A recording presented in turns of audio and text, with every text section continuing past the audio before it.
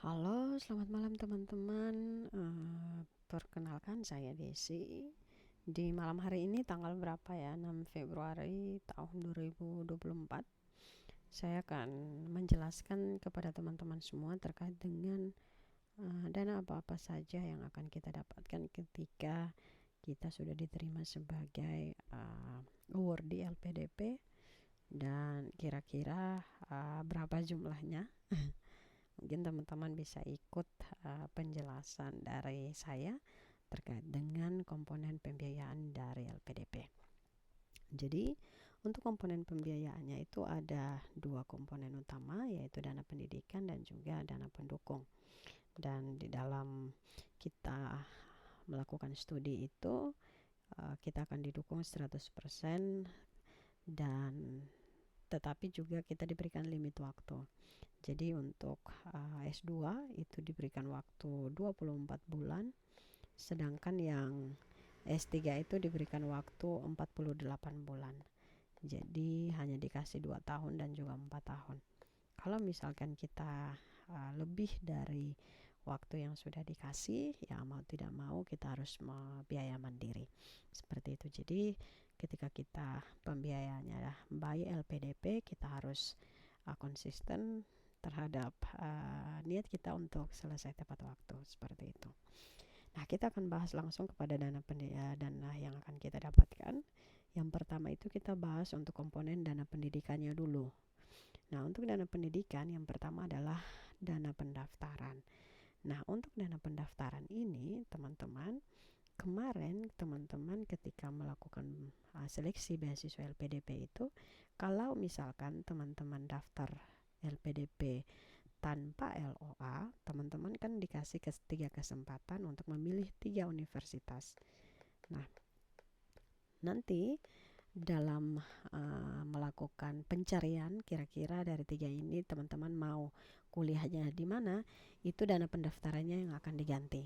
Jadi katakanlah teman-teman punya pilihan UPI, kemudian UNY misalkan, kemudian juga katakanlah UGM. Nah, dari ketiga kampus ini teman-teman lakukan tes di 2 kampus, misalkan UPI dan juga UNY. Nah, masing-masing itu pendaftarannya 750.000.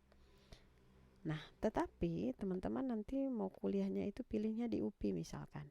Ya sudah, dana 750.000 yang diganti adalah dana yang teman-teman daftarkannya di UPI, sedangkan di UNY itu dianggap hangus, seperti itu. Jadi teman-teman kalau misalkan nih tidak yakin saya daftar di UPI akan lulus, ya sudah, uh, teman-teman bisa juga tes di pilihan kedua dan juga pilihan ketiga. Nanti teman-teman tinggal memilih prioritasnya mau di mana, kampus mana yang teman-teman akan tuju. Nah, kampus tersebut yang uang pendaftarannya akan di reimburse atau diganti. Kemudian untuk yang kedua adalah untuk dana SPP. Nah, dana SPP ini LPDP akan langsung bayar ke pihak kampus. Jadi kita uangnya tidak dikasih dulu ke kita ya, baru kita yang bayarkan. Tetapi LPDP yang berurusan dengan pihak kampus untuk langsung membayar lunas dana SPP kita. Jadi kalau misalkan nih kemarin kalau saya itu registrasi, kalau misalkan kita mau bayar mandiri itu 12.500.000 sekian lah. Nah, itu bisa juga kita regis sendiri terus diganti. Tetapi ya buat apa kita repot untuk membayar sendiri sedangkan LPDP bisa handle. Jadi nanti 12.500.000 sekiannya itu nanti dibayar lunas langsung ke pihak kampus, seperti itu. Nah, biasanya dalam pembayaran SPP ini kita sebagai penerima beasiswa juga nanti akan dikoordinir oleh pihak kelurahan kampus. Jadi kalau misalkan nih saya masuk di UPI, nanti di UPI itu ada satu komunitas di mana komunitas itu terdiri dari semua penerima beasiswa LPDP. Nanti ada lurahnya, ada sekretarisnya. Jadi lurah dan sekretaris itu yang akan berkoordinir dengan semua kita yang lulus LPDP. Data kita akan dikumpulkan secara kolektif. Kemudian dari pihak kelurahan itu yang akan membantu komunikasikan dengan pihak kampus bahwa ini nih ada list peserta yang penerima LPDP. Datanya ada sekian orang. Misalkan datanya ada Misalkan datanya ada 50 orang, data dari 50 orang itu yang nanti kampus sudah istilahnya sudah pegang nama-namanya. Jadi nama-nama tersebut itu yang nanti langsung dilakukan komunikasi 2 arah dengan pihak LPDP untuk pembayaran seperti itu. Kemudian yang berikut adalah dana buku. Buku ini kita akan dapat dananya itu sama, baik itu yang S2 maupun yang S3. Untuk 1 tahunnya itu kita dapat 10 juta. Jadi katakanlah teman-teman kita akan kuliah di semester 1 itu bulan Agustus nih. Nanti 10 juta berikutnya itu akan cair lagi di Agustus tahun yang akan datang. Jadi 10 juta ini per tahun. Jadi teman-teman akan intake pertama kali di 1 Agustus. Nanti di dalam bulan Agustus itu kita juga kita lakukan pengusulan untuk uang bukunya. Kemudian dana penelitian, tesis dan juga seminar. Kalau tesis itu berapa ya kalau untuk dalam negeri? Kalau tidak salah untuk tesis itu 15 juta sampai 25 juta. Tergantung teman-teman pendidikan atau yang murni. Kalau murni kan masuk penelitiannya di lab ya. Jadi bahan-bahannya itu lebih mahal. Jadi untuk dana bantuan untuk penulisan tesis itu maksimalnya 25 juta. Sedangkan kalau untuk disertasi itu 50 sampai 75 juta. Jadi semuanya itu kita dapatkan by pengusulan. Kalau kita sudah selesai ujian proposal, nanti ada berkas-berkas yang akan kita lengkapi untuk laporkan ke pihak LPDP bahwa kita sudah siap untuk turun penelitian. Jadi nanti dananya dibantu oleh pihak LPDP. Kemudian yang berikut adalah dana seminar internasional. Nah, dana seminar ini katakanlah kita mau jadi pembicara nih di negara orang, katakanlah di Malaysia atau Singapura atau negara Asia Tenggara lainnya, atau mungkin juga bisa di negara lain Asia pada umumnya, misalkan Jepang atau Korea atau manapun, itu kita sebagai pembicara ya, bukan sebagai peserta. Jadi kita usulkan ke pihak LPDP bahwa kita akan jadi pembicara di seminar internasional dari tanggal sekian sampai tanggal sekian. Jadi nanti pembiayaannya itu mulai dari tiket keberangkatan, kemudian tempat kita menginap, kemudian biaya untuk membayar. Kan saat kita daftar untuk seminar itu kan kita bayar ya. Nah, dananya itu juga akan di-cover sama pihak LPDP. Jadi kita tinggal tahu berangkat, kita sampaikan materi kita, ya seperti itulah kita dibiayai. Kemudian yang berikut adalah dana publikasi. Nah, untuk publikasi itu katakanlah kita setelah jadi pembicara di seminar internasional tadi, artikel kita mau kita publish nih. Nah, mungkin orientasi kita mau untuk publishnya internasional. Nah, jurnal-jurnal internasional yang akan diberikan penghargaan adalah teman-teman yang tulisan kita itu masuk dalam jurnal-jurnal yang terakreditasi atau yang terindeks Scopus. Nah, terindeks Scopus yang masuk dalam istilahnya akan dikasih penghargaan dari pihak LPDP itu adalah jurnal-jurnal yang masuk terindeks Scopus Q1 dan juga Q2. Yang masing-masingnya itu akan bernilai 25 juta. Jadi katakanlah hasil tulisan teman-teman tembus nih Q2, itu nanti akan dihargai senilai 25 juta satu artikel. Nah, untuk S1 teman-teman punya 1 kali kesempatan untuk coba di jurnal Q1 dan juga Q2. Sedangkan untuk yang S3 itu 2 kali kesempatan. Sama juga dengan tadi kalau kita jadi pembicara di seminar internasional di luar negeri, itu juga sama. S2 itu 1 kali, sedangkan S3-nya itu 2 kali kesempatan. Jadi karena pihak LPDP juga tahu ya bahwa effortnya itu tidak sedikit kalau misalkan kita mau orientasinya di jurnal Q1 Q2 itu susahnya minta ampun. Jadi kalau yang berhasil tembus jurnal Q1 Q2 ini diberikan penghargaan 25 juta per artikel. Jadi manfaatkan kesempatan yang ada sehingga teman-teman bisa untuk mendapatkan dana yang ini. Oke, yang berikut. Oke, setelah itu dana pendidikan sudah, kita akan bahas lagi untuk dana publikasi, dana pendukung ya. Nah, untuk dana pendukung itu kita akan mulai dari dana transportasi ya. Nah, dana transportasi ini misalkan nih teman-teman kemarin datangnya dari mana? Kalau misalkan teman-teman dari Kupang, kemudian tempat studi teman-teman itu katakanlah di Jakarta atau Jogja atau di Bandung, semuanya itu akan dibiayai. Jadi katakanlah kita hitung dulu untuk transportasi. Oke, transportasi. Nah, transportasi itu teman-teman dari tempat teman-teman tinggal, misalkan dari Kupang, kemudian tujuan studi teman-teman itu katakanlah ada di Jakarta. Ya sudah, nanti kita tinggal kasih tahu ke LPDP bahwa kita akan berangkat nih katakanlah tanggal 12 nih saya akan berangkat. Ya sudah, biasanya kita pengusulan tiket itu H-7 sebelum tanggal berangkat. Jadi kalau kita berangkatnya tanggal 12, ya sudah, kita maksimal pesan tiket itu ya tinggal 12 kurang 7 lah, 7 hari sebelum tanggal 12. Jadi kita akan dikasih tiket keberangkatan sesuai dengan tanggal yang kita usulkan, seperti itu. Jadi nanti maskapai yang dikasih juga maskapai yang bagus, Garuda Indonesia, jadi kita dipastikan duduk dengan nyaman dan menikmati fasilitas lah, seperti itu, fasilitas penerbangan yang terbaik. Kemudian yang berikut adalah aplikasi visa, itu untuk teman-teman yang apply-nya ke luar negeri. Kemudian juga ada asuransi kesehatan.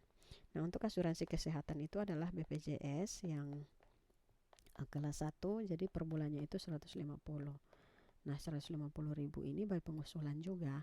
Jadi nanti kita usulkan, pihak LPDP itu akan bayar langsung lunas per tahun.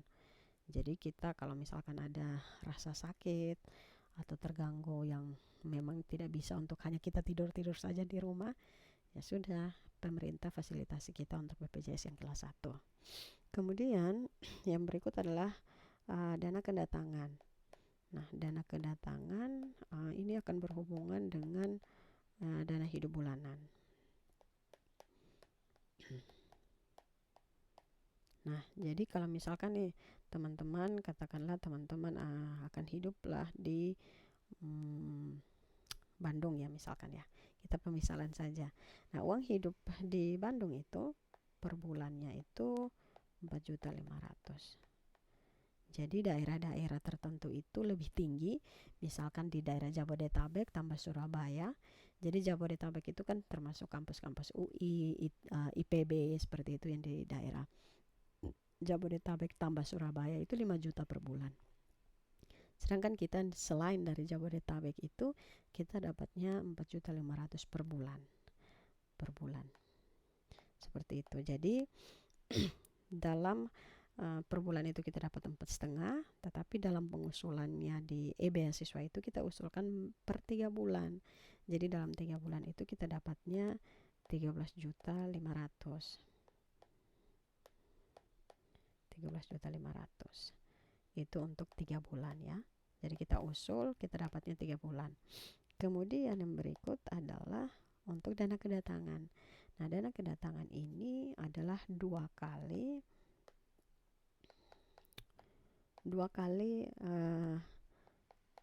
living allowance atau 2 kali dana hidup bulanan. Jadi kalau kita dapat yang dana hidup bulanannya itu 4.500.000, berarti saat kita tiba di sana LPDP akan kasih kita dana kedatangan. Artinya bahwa LPDP memikirkan betul ketika kita sampai itu kan kita butuh tempat tinggal yang baru, kita juga butuh untuk membeli kasur, membeli lemari dan kelengkapan lainnya, sehingga kita dikasih dana kedatangan yang besarnya itu adalah 2 kali jumlah dana hidup bulanan. Jadi kalau misalkan kita hidup di Bandung, berarti kita dapatkan dana kedatangannya itu sebesar 2 kali 4.500.000. Jadi kita dapatnya itu berapa? 9 ya, 9 juta. Ya, begitulah. Oke, yang berikut adalah dana lomba internasional. Kalau teman-teman menang, teman-teman juga akan dihargai, diapresiasi. Kemudian juga dana tunjangan keluarga. Nah, untuk dana tunjangan keluarga, untuk dana tunjangan keluarga itu besarnya adalah 25% dari dana bulanan. Jadi 25% dari dana bulanan atau yang biasanya disebut dengan living allowance. Nah, 25% berarti kan 25% dari 4.500.000. Nah, 25% dari 4.500.000 itu berapa ya? Aduh, 25% dari 4.500.000. Kita bagi dulu ya. 4.500.000 bagi lah 4.500.000. Kita dapatnya itu per bulan 1.125.000 kalau misalkan kita bawa suami dan anak. Nah, jadi kalau suami masing-masing orang itu dikasih 25%. Jadi kalau kita bawa suami, kita bawa anak itu dapatnya 50%. Karena masing-masing anggota keluarga kan 25% ya. Nah, jadi itu nanti juga dikali dengan 3. Nanti dapatnya 3.375.000. Itu untuk 3 bulan. Seperti itu. Jadi kalau misalkan untuk yang masih S2 dana keluarga tidak ada ya, karena dianggap belum menikah. Sedangkan kalau untuk yang S3 kita dikasih dana untuk family allowance seperti itu.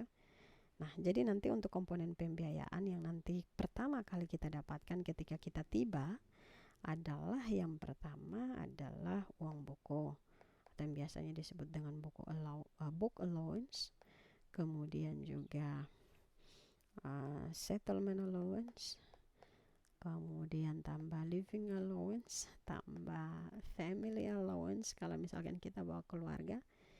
Jadi tinggal hitung saja.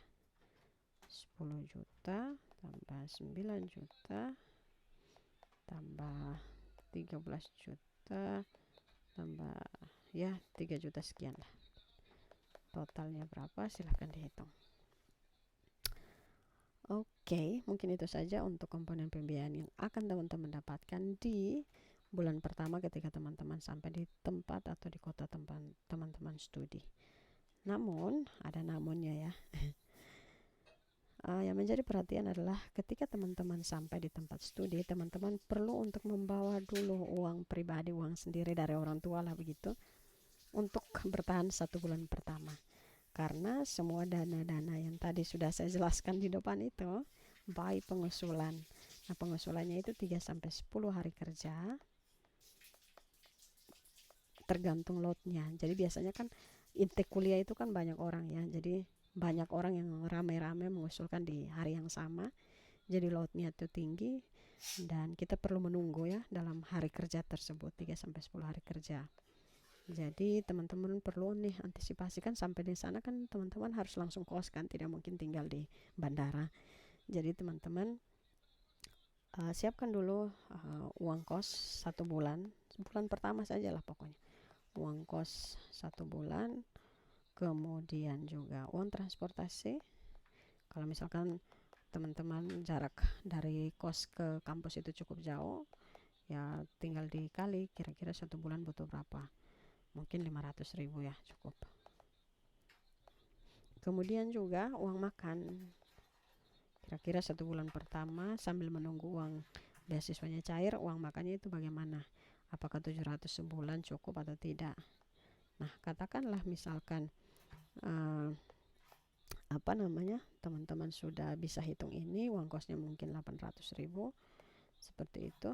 Teman-teman bisa nih minta bantuan orang tua dulu, tolong nih bantu saya untuk 1 bulan ini, nanti sambil menunggu uang beasiswanya cair seperti itu. Jadi teman-teman tidak terluntang-lantung ya di tempat studi seperti itu sambil menunggu, karena untuk uang kedatangan misalkan teman-teman kalau pengusulan itu kan setelah teman-teman lapor diri dulu nih di RW atau di RT setempat bahwa ada nih anggota baru yang kemudian tinggal di lingkungan Bapak. Jadi nanti kita dapatkan surat keterangan tinggal sementara ya. Kemudian juga untuk uang bulanan pun setelah kita beres KRS-an, kita sudah ada NIM, kita bisa urus surat aktif kuliah seperti itu. Jadi di bulan pertama itu masih sifatnya kita urus berkas-berkas lah seperti itu. Jadi ya pengurusan berkas paling dalam 2 minggu. Kemudian minggu ketiga kita bisa lakukan usulan. Jadi di bulan berikutnya kita sudah bisa untuk dapatkan uang buku dan lain-lain sebagainya. Jadi memang untuk yang pertama sekali ya mintalah ke orang tua bantuan untuk 1 bulan ini. Nanti di bulan berikut baru teman-teman handle semua keuangan yang ada itu secara mandiri ya. Oke. Saya kira mungkin hanya itu saja yang bisa saya bagikan dengan teman-teman semua. Saya harap teman-teman yang memantau video ini bisa menjadi bagian dari keluarga besar LPDP, dan untuk mempersiapkan diri, persiapkanlah dengan serius sehingga teman-teman bisa mendapatkan kesempatan yang telah tersedia ini. Terima kasih dan selamat malam.